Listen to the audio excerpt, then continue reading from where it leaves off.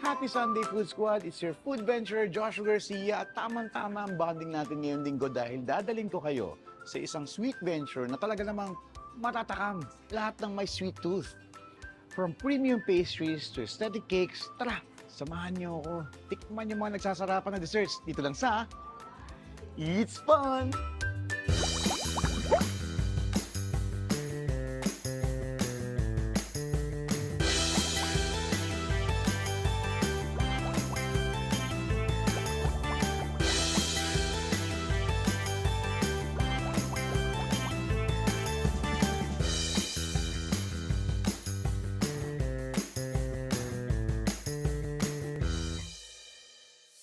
Ang matamis na kasaysayan ng sweets and pastries ay nagsimula sa mga sinaunang tao na ginagamit ang honey bilang pangunahing pampatamis sa kanilang mga bread-like treats hanggang sa dalhin ng mga crusaders ang asukal sa Europe na nag-trigger ng isang culinary revolution. Nagsulputan naman sa panahon ng Renaissance period ang mga sosyal na French at Italian pastry chefs na nag-imbento ng mga flaky na dough at mga cream-filled desserts na dati ay pang-royalty lang. Pero dahil sa Industrial Revolution, naging mass-produced at affordable na ang mga ito para sa ating lahat. Ngayon, mula sa mga traditional na kakanin hanggang sa mga modernong chocolate bars at Instagrammable na cakes, ang bawat bite ay produkto ng libo-libong taong pag-eeksperimento sa kusina na talagang nagbigay kulay at tamis sa ating pang-araw-araw na buhay. Kaya bukod sa sarap na hatid nito, perfect din itong regalo para sa ating mga ilaw ng tahanan, lalo na ngayong Mother's Day. Food Squad, naghahanap ba kayo ng perfect dessert? Yung pangmalakasan pero hindi masyado matamis. At lalo na hindi kamahalan. Ano bang hinihintay nyo? Tara, samahan niyo ako. Pinakita ko ditong pandiinan pero abot kayang dessert. Let's go!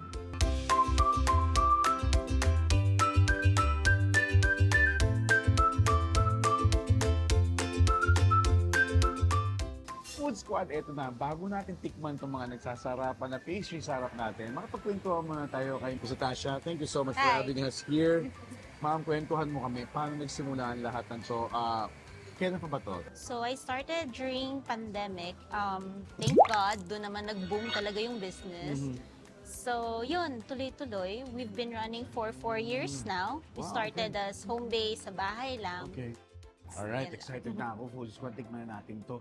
Ano yung una natin pwede tikman? This one. Yeah, actually this one is a perfect slice of cake to go first. Okay. This one is made out of sponge cake. So fresh strawberry. Yes.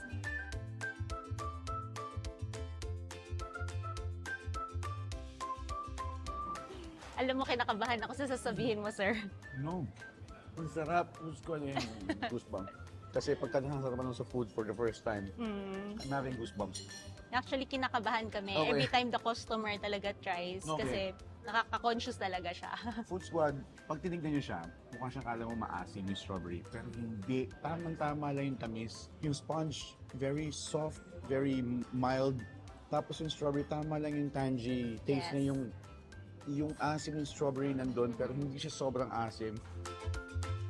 Ano next natin, Miss Natasha?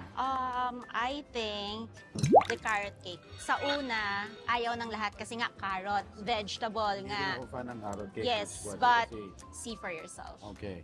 Taste for myself. Titigman natin. So, hindi pa heavy to pero mukhang naman no, yung consistency. Consistency! Tamang-tama na yung layering niya. Sige, tikman na natin. Enough talking, let's taste it. Yeah. That cake, sir, actually, siya yung pinakamatrabaho sa lahat. Pinakamatrabaho, ibig Yes. sabihin, kaganitong pinaghihirapan, masarap. Di ba? Natasha, tikman natin, carrot cake.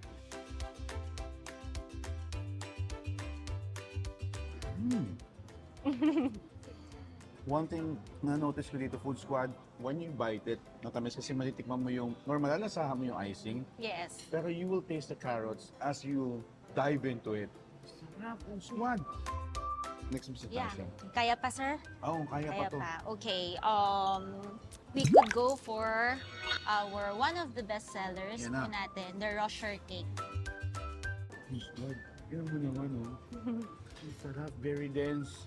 Tikman natin. Pakuha At pero natin may yung- mousse to sa loob. Yes, it's Okay, a so mousse. how do you eat this? Basagin. Yes, as in like, Okay. Parang, Go ahead. parang alimango. Sige, 1, 2, 3. Hi! Okay.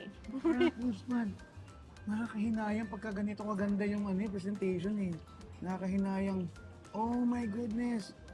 Mousse nga yung nasa loob. Yes. Yes. Excited ako. So this one, the Rocher cake, since it's a mousse cake, we incorporated our own crunch layer. Tikman natin ito, Food Squad.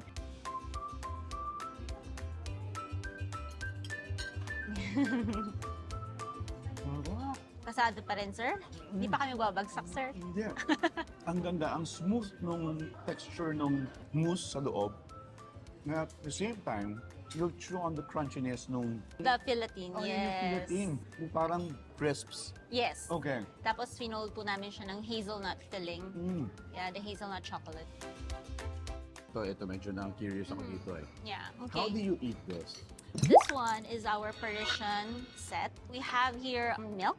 Milk. And then we have here our locally produced na chocolate, the dark chocolate, which is the Davao. Wow. Yeah. Okay. And then you have here the whip with the fresh strawberries. And Yes. then here is the plain Croissant. classic croissant. Croissant. Yes. This one, you put it here. Lahat na Ah, to. lahat. Yes. May lahat, Food Squad. Yes. Yeah. Okay, so may lahat. And then, syempre, we can have, we have to pour the milk while it's hot. Okay. Yes, Food Squad. Tama si Miss Natasha. So, nilagay ni Miss Natasha yung chocolate and then we'll have to pour The yung milk habang mainit. Yes. And yes, Food Squad, it will be served na mainit sa inyo kasi Yes. hindi matutunan yung chocolate pagka hindi mainit. Yes. Okay. So, Tapos, ikaw na. si panghalo Food So, hopefully, Okay. matunaw na siya. Food Squad, first time ko makakita ng hot chocolate na serve sa'yo na ikaw ang magpe-prepare. Which is actually good for the experience. Okay, tapos we can drink straight from here. Nope, not Nope. yet. You cannot drink it yet. Makes it So, dito dadating yung croissant natin. croissant. Yeah. Okay. So, fill it off, dip, and eat. Dunk natin tong Yes. croissant. Mm. Oh my Food Squad, ang ganda ng texture ng croissant. Crispy on the outside, parang chicken. Juicy on the inside. Pero yeah, yun kasi dapat ang texture ng croissant. Kasi, i-dip mo siya dito sa hot chocolate. Pagka malambot na yan, magiging sagi na yan. Tama? Yes, So, so, lang. kailangan konti Yep. lang. Okay.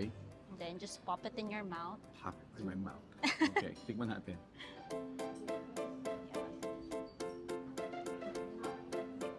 Some Let me whipped just cream. compliment tong Yeah. croissant. Ang sarap, very buttery. Yes. Ang sarap ng texture. Pag kinagat mo, kahit sinawsaw mo na, crispy pa rin. Yung texture, very crunchy pa rin yung outside.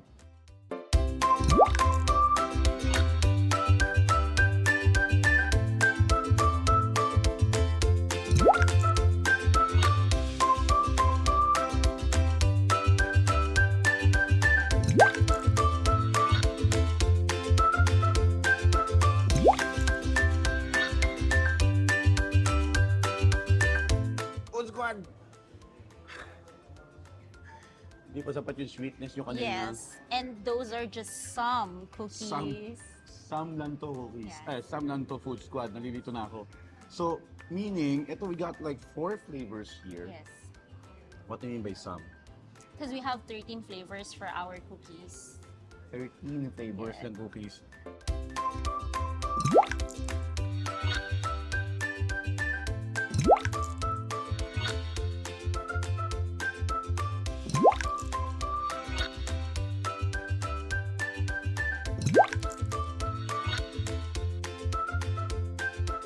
Miss Natasha, thank you so much for having us here.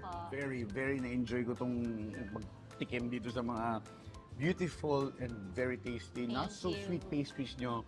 Pero, okay nga alis. Kasi magbabalik pa ang... It's fun! Okay na to ah. For our next sweet stop, leveled up croissants naman ang ating titikman. From cronuts to mango sticky rice na croissant. Lahat ng yan sa pagbabalik ng It's Fun! Yung subtleness ng mango sticker, gusto mo yung subtleness. Thanks, Basta hindi siya masyado matamis.